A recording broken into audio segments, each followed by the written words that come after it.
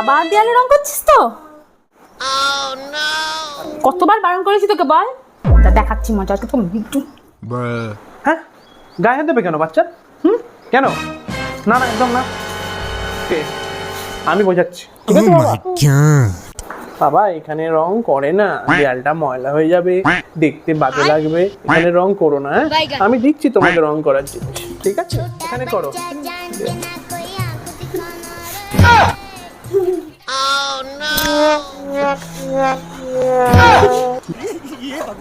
এই যে বাবা, এখানে করে দিয়েছি। চলে চলে চলে, এখানে দেখো। আমার দ্বারা হবে না, তোমার ফর্মুলাই হয়েছে এক্সপেরিমেন্ট শেষ। এবার আমার হাতে চলে আসি। আমি দেয়ালেই ছবি আঁকতে ভালোবাসি।